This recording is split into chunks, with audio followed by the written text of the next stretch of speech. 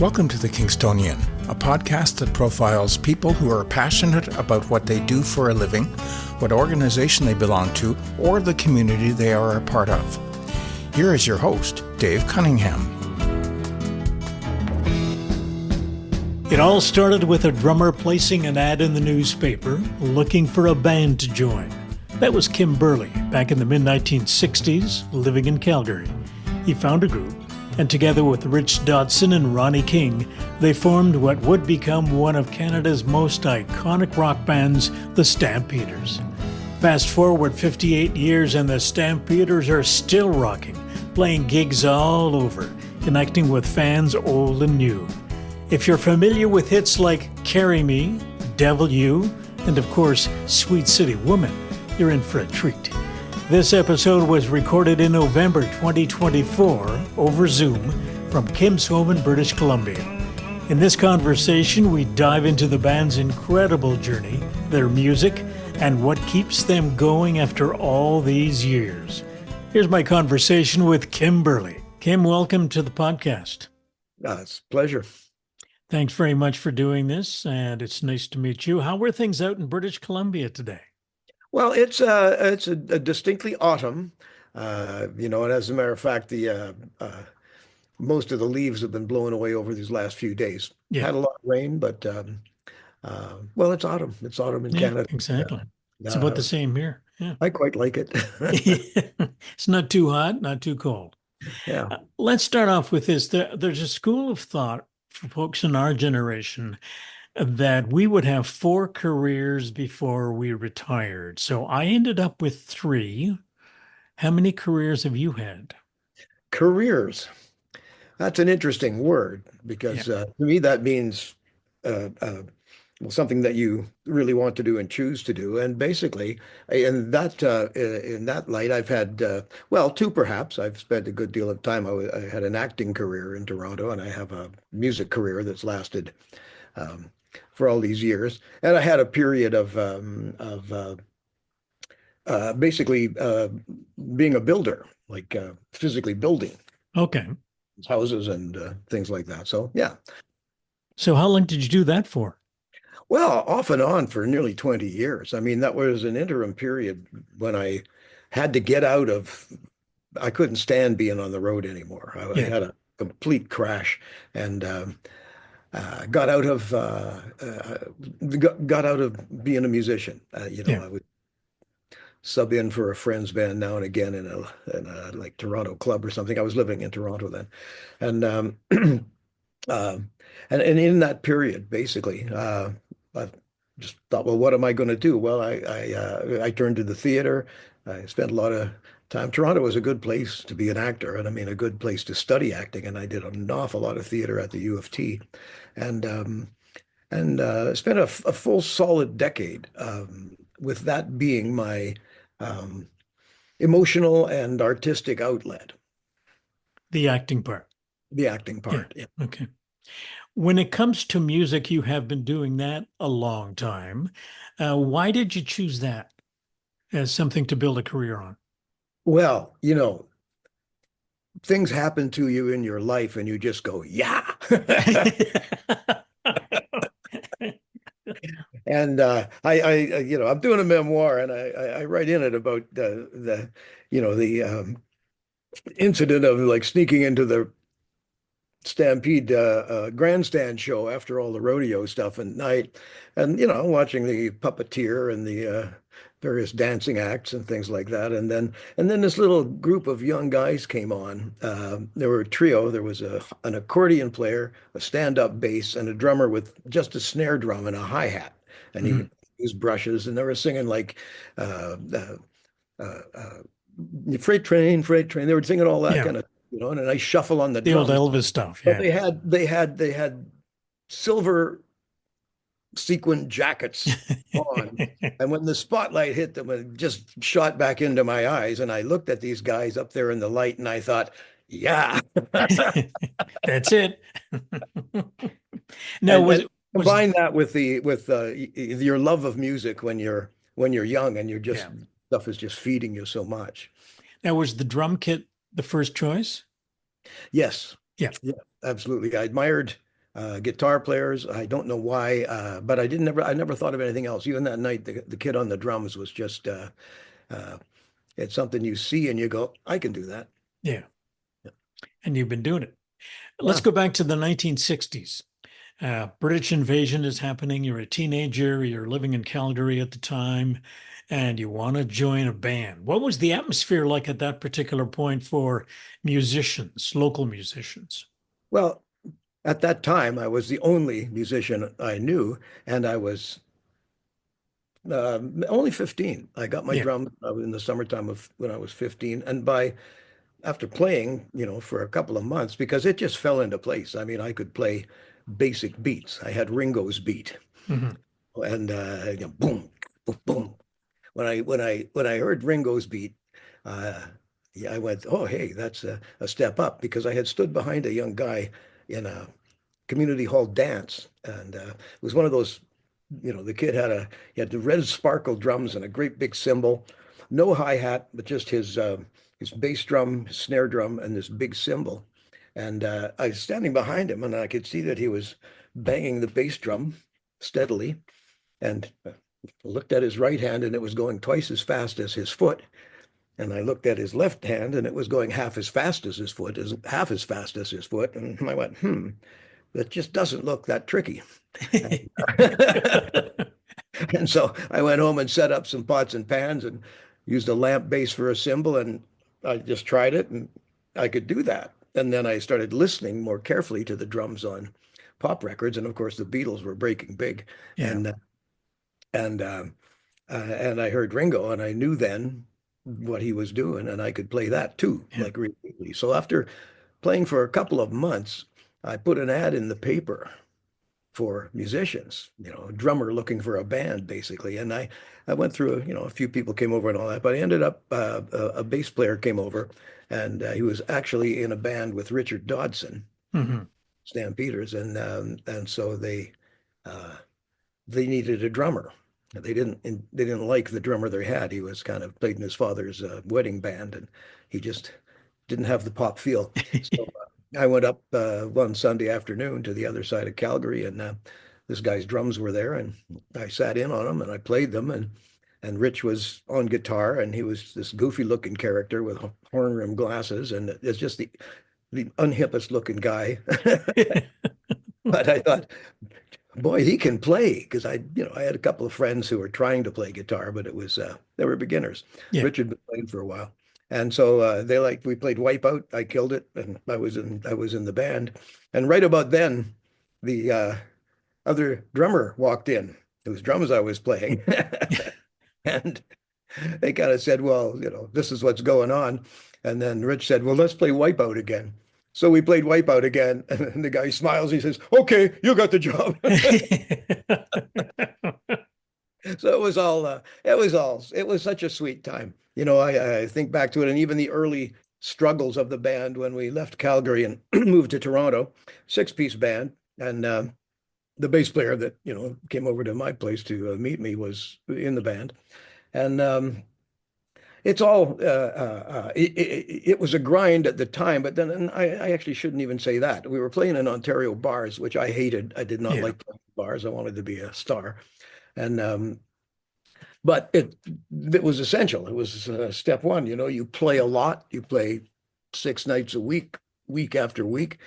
Uh, Even if you don't like the atmosphere, you are learning and progressing and developing and And you're getting better all the time. Yeah. better. That went on for 5 years, and finally we broke out. And Now, it was a six-piece band when you moved to Toronto. yeah, You moved down to three. yeah. Now, why wouldn't you replace the three that left? Why did you stay with the trio? Well, it was interesting enough. We had two older brothers, my older brother and Ronnie's, and uh, uh, they they were all 6 or 7 years older than us, and so Okay. after 2 years, it all kind of happened very quickly. The first guy to go was my older brother because he had it was just too hard on him, and we were living thin because we weren't living on the wage that the other bands playing the circuit were making. We were making the same money, but we were taking literally half of it to invest in making records and things, and they weren't doing that. They were just partying, you know. Yeah. And so it came down to there being Ronnie, Rich, and me, and Ronnie was a guitar player, and so we thought, well, we'll get a bass player, and then we thought, but if we don't, we might actually be able to have a living wage.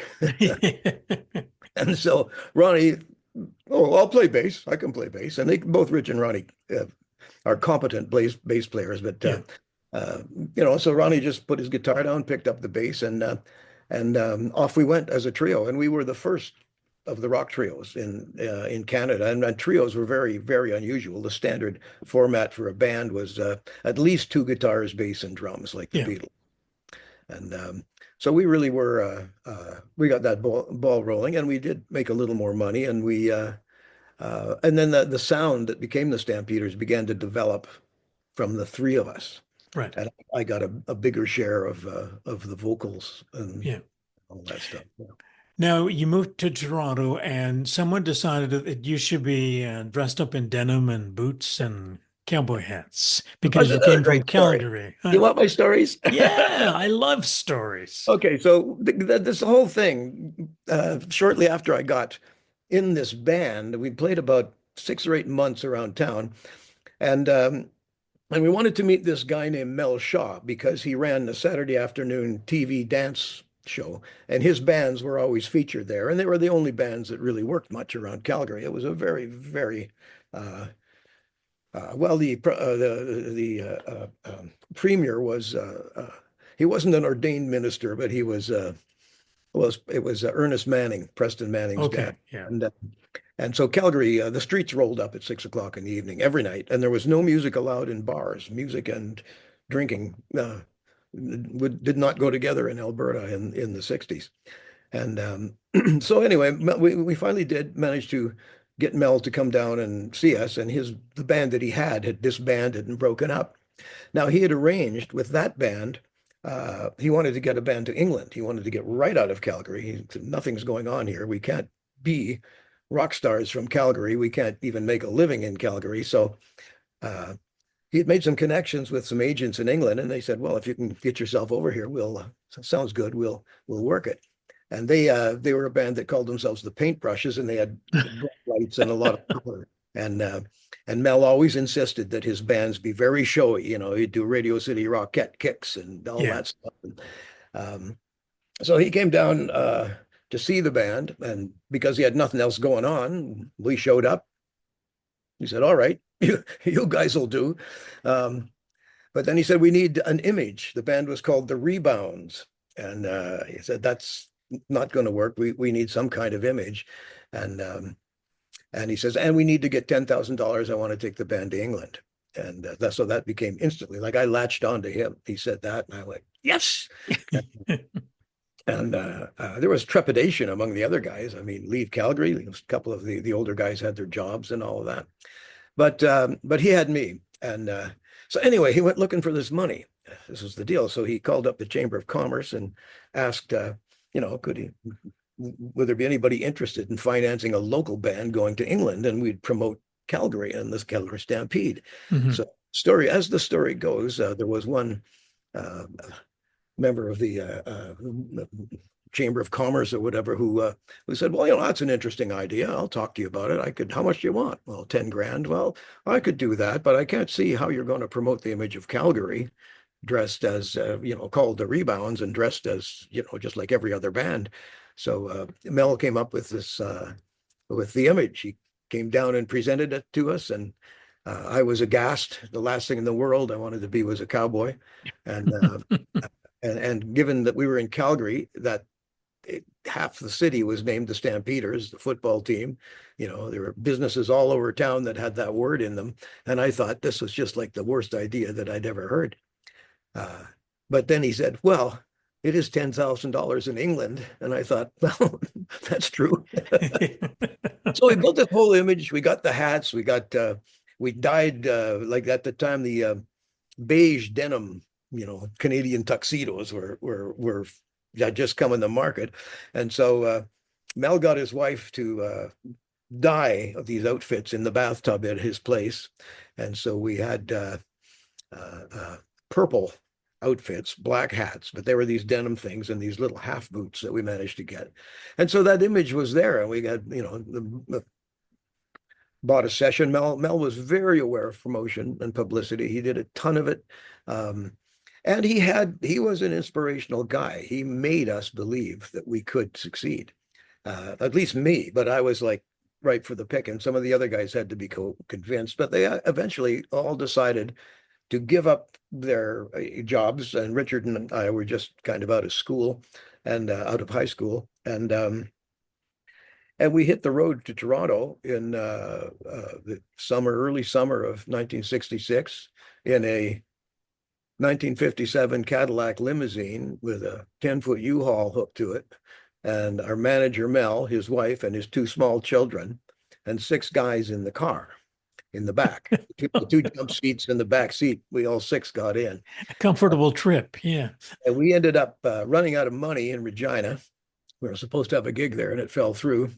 And Mel phoned his dad and got $100 from him, and we ended up picking up a gig in Saskatoon. We spent the week in Regina, and then we left on after midnight on a Saturday night and drove to North Bay, Ontario, without stopping except to pee and gas up, and that was it. And that's basically how my professional life began from that day on. Like we got to the club in North Bay at about 9:15, set up everything, played, and then fell into these extremely dingy beds, rooms up above the hotel or the lounge, and that was it. I was a pro. What kind of music were you playing when you were in those clubs at that time?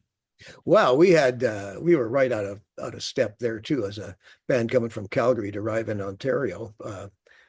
We were playing songs like from the 1950s, and we had a few more recent songs that we were doing, but we soon realized in Ontario that basically people wanted the top 20, top four, whatever it was. And so we had to change our repertoire. But we for the first couple of months we didn't even have we just lived in the hotels we were playing in. And then Mel and his family found a place in Toronto, and we told the agent that we were never going back to Calgary, and he said, "Well, okay, I guess I can keep you working." That's what we did. So, what was competition like among bands in Toronto around that time? I guess everybody was looking for that big breakout opportunity on a recording contract. And first, of course, Toronto had dozens and dozens of bands, and every one of them was better than us. And they were equipped, and they had lights, and it was like another world. We opened our first one nighter. We played a little club in the Village in Toronto called the El Patio, and there were coffee houses, and they fill up with suburban teenagers on the weekend, and really through the summer, every night. And then we on the weekend we did a big show that was Toronto's #1 band. They were called the Five Rogues, and they had famous guys in them. They had Whitey Glenn on drums, who went on to play with Bette Midler, Joe Chorowski, Alice Cooper. These were Toronto's cream musicians. Dominic Triano, who became very well-known guitarist, and so they were on a big stage, and we were on a small stage off to the side, and another band was across the way on another small stage. So we were in the middle. There was the other band, and then we kind of did our set, and then the Five Rogues came on, and they had a spotlight and a ramp out the front for the singer George Oliver to go out on, and they had this audience. It was about 2,000. It was a big gig, and they were enthralled. They loved this band. Everybody knew them, and so we were just devastated. We'd hardly gotten any applause. People were waiting for the Five Rogues. They didn't care about it. Yeah. And they'd come over and look at us like we were from another planet.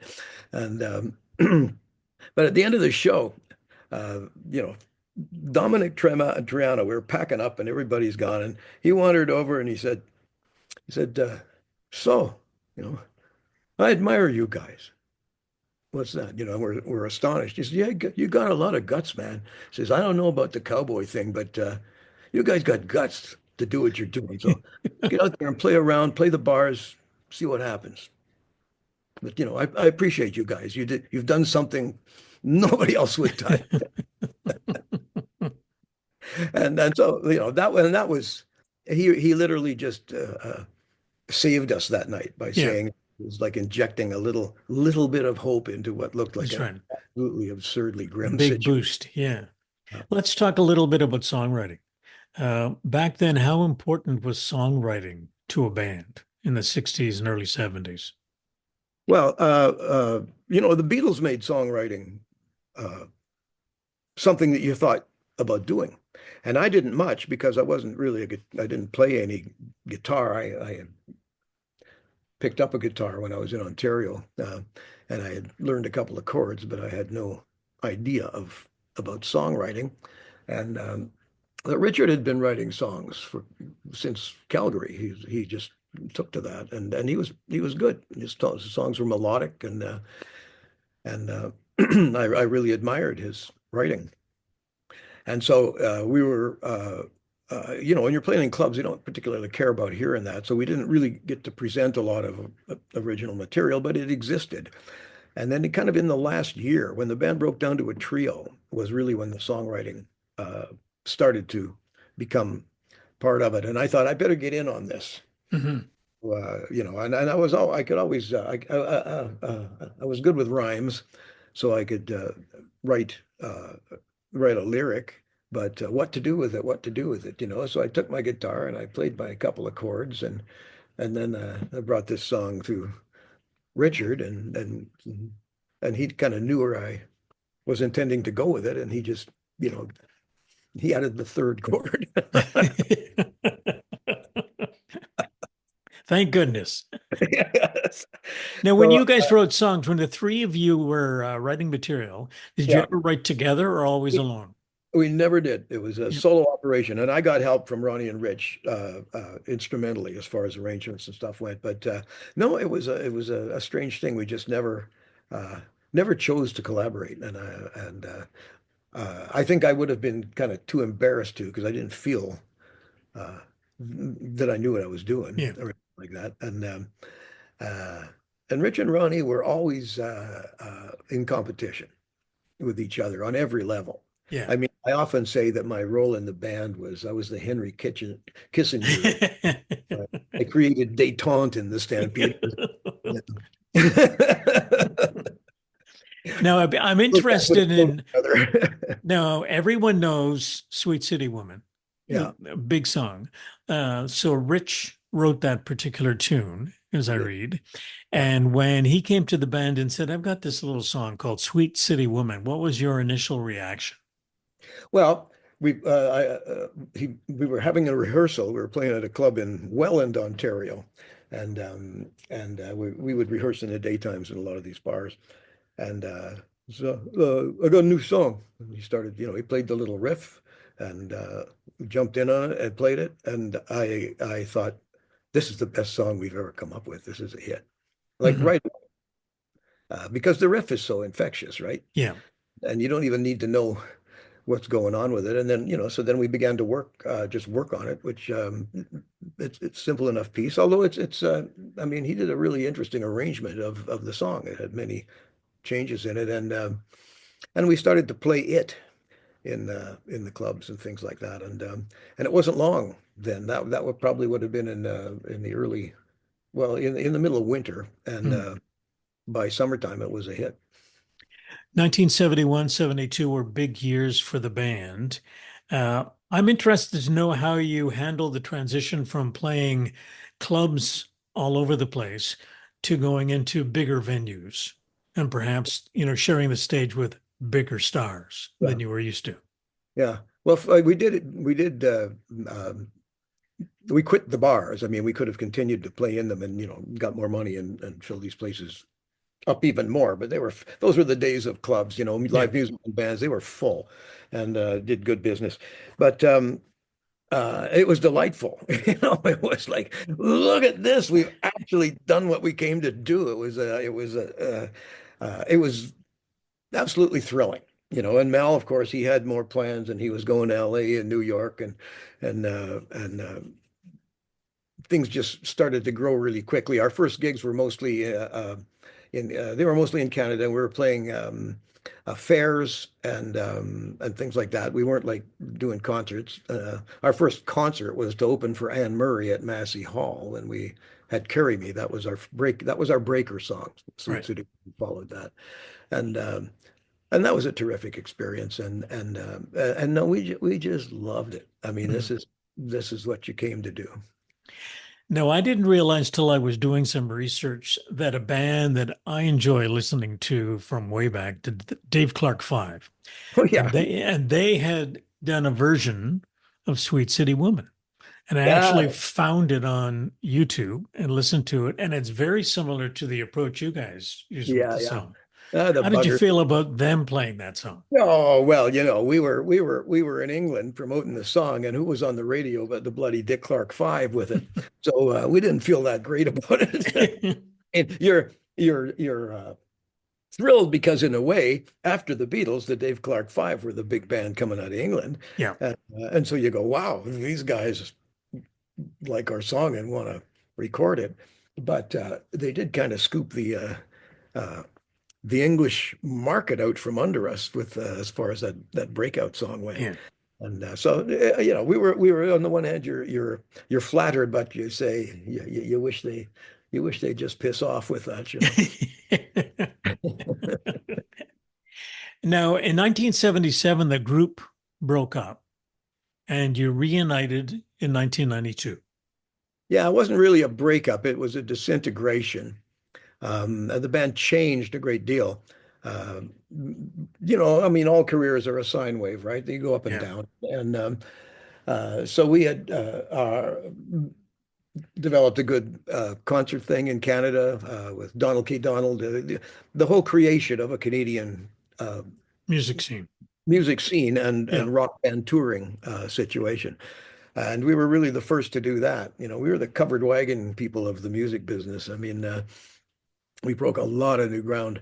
And but then it goes down. There are other bands coming up, and so the audiences started to drop off. By then we had albums and stuff out all over the world, but our American we were not unable to break out another good hit in the U.S.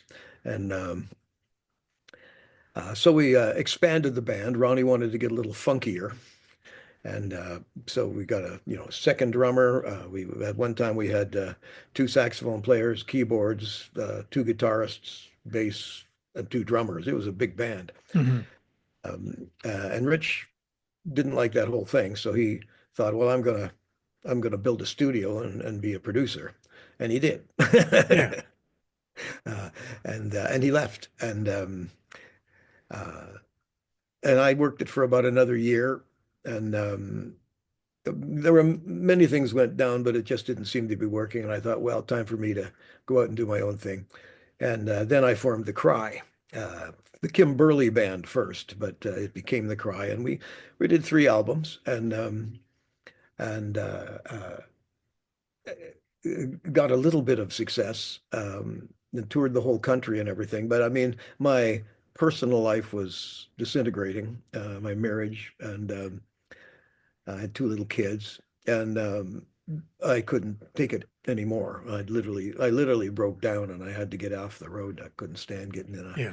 in a car, and uh, yeah, and that was the end of the Stampeders. Ronnie carried on with a small band, a four-piece band, after that for about a year. But then, Ronnie was. I loved him. He's only gone less than a year now, but he and I were close, Yeah. and but he was the rock star. He was had to indulge in everything that came his way, Yeah. and uh, he got lost in the drug world with that version of the band, and and then he had to literally escape from Montreal. He was living with a woman who was involved with the drug gangs and stuff like that. And the two of them moved back to Calgary, and he basically started to rebuild his life there. Now he did. There was nothing else for Ronnie but being a player. He Yeah. was not about to go out and figure out how to build a wall or a fence or anything like that. And so Where's the level? he Yeah. did find he found a niche for himself in Calgary, and gathered a good following, but maintained his insane lifestyle until he couldn't anymore, and then he stopped drinking for a number of years, and he started again, and he basically off and on. The last few years of his life, he was totally dry, but by then he had cooked his liver and various other organs, and Yeah. a reasonable chunk of his brain. So, but the relationships in the band, it was a family affair when it got going, right down to having mom and dad and the two the two kids, which was like Mel and his wife were like that for us. Yeah. Um, and um, uh, and there was a great love Hmm. with the band. 1992, you were reunited on a TV show, is something I Yeah, read. I think And it might even been earlier, maybe 1990 or 91. But yeah, the Deanie Petty show. Do you remember that? Yeah, I remember the name. yeah, I can't remember the show itself, but I remember the name. yeah. She had a daily afternoon um, talk show Yeah. on CTV network. Yeah. Uh, One of her producers had the idea that they thought, well, whatever happened to the Stampeders, and whatever happened to Lighthouse, and whatever happened to April Wine and Edward Bear? And I mean, there were a lot of the acts that really had started the whole ball rolling Yeah. that were no longer around. I remember And those. it actually kickstarted a lot of careers Hmm. again. April Wine came back, the Stampeders came back, and Lighthouse, Yep. and uh, and so it was just one of those serendipitous events that uh, changes your life. So you came back together and started performing again, Yeah, and you've been doing it for the last 32 years yeah, on the road, back on yeah, the road. yeah, but much. And we've rebuilt the career. I mean, when this thing started, we got back together. The first place we played was the Calgary Stampede, and it's because and whoops, I'm shaking my computer here. An agent in Calgary had watched these shows and thought, well, I've got a stage on the ground that I need to book, so why don't I try to do this and get all these uh, recently famous bands back together to come and play in Calgary? And we all went for it. All the bands did. We did 2 nights at this outdoor stage at the Stampede, and it was, these were places where nobody had to buy a ticket, and Hmm. that was the comeback stuff. We did fairs all over. It was a free show, right? Yeah. Um, so you start with that, and then the classic rock festivals started to happen, and then you're playing for people who have paid, but you're with a whole bunch, so it's if it falls on his face, it's not your fault. But they didn't fall on their face. Like they were so popular when they started in the 90s, Yeah. and yeah, and now we tour in theaters across the country for a nice ticket, and it's a nice life. Hmm. Yeah, I have a question for you. If we're looking at current times and the people that are out on the road playing their music, there is a segment of those musicians that are as old as you and I are, and maybe even older, and they're still very popular. yeah. And I don't know if you have any thoughts on why that is, or is it just that these people bring back memories for the audience? Well, the memory part of it's really significant, but also the music of the 60s and 70s, uh, more than the 80s or 90s or music prior to that, has lived on with younger generations. I mean, the Marvel movies are full of the 60s and Yeah. 70s, mostly the 70s, really. And it was a really great time uh, to be a musician and to be a writer, be a creative musician and be recording and making making music. And so that's one part of it. The nostalgia for it is another. I mean, these were your teens and 20s for a great many people where um, you're just newly out in the world and you can't ever forget that. That's Hmm. it's your foundation. And to and you know, these musicians have gotten very, very good and very competent, which will happen when you do something for 50 years. You know, most of them were greatly talented to begin with, or they wouldn't have had the success they did. So it's quality and nostalgia and all of that put together, I think, is what makes, you know, McCartney and the Stones and Springsteen and just all the acts. And that's extended into the 80s now too. All the 80s and 90s acts even are still out there. There's no reason to not be. We all don't become millionaires. You know, the big stars make a huge amounts of money. But when the Stampeders were touring, got old posters that say you could get a ticket for $4. And when I went to see the Beatles, I got to see the Beatles in their last tour at Maple Leaf Gardens in Toronto. That was the first year that we got down here in 60, or down to Toronto in 66. Um, and we could only afford the cheap seats, but the cheap seats were $6 and the expensive seats were 20. Yeah, Now you try and get a front row seat for under 500 or 600 bucks now for something like that, you're dreaming. oh, I know. It's just gone crazy. It's silly. Yeah. Getting back to the touring and the senior group, if we want to label it as such, in addition to being talented and have had all kinds of experience, there's the stamina issue that I would think comes into play as well. And I'm Yeah. looking at your website and I looked at the list of dates that you have there for, I think it was the Ontario part of this year's tour, and it was like 31 gigs in 41 days, which is That's exactly. unbelievable. Unbelievable. And you know, and having lost Ronnie, the kind of the show, the carrying of the show fell to me because Ronnie and I always had we had a rap back and forth. You know, we really love, we always have loved to really connect with the audience, and these theaters are the perfect venue for the Stampeders at this stage of our career. Um, and so I did that, and I sang 60% of the night, and I played drums all night long.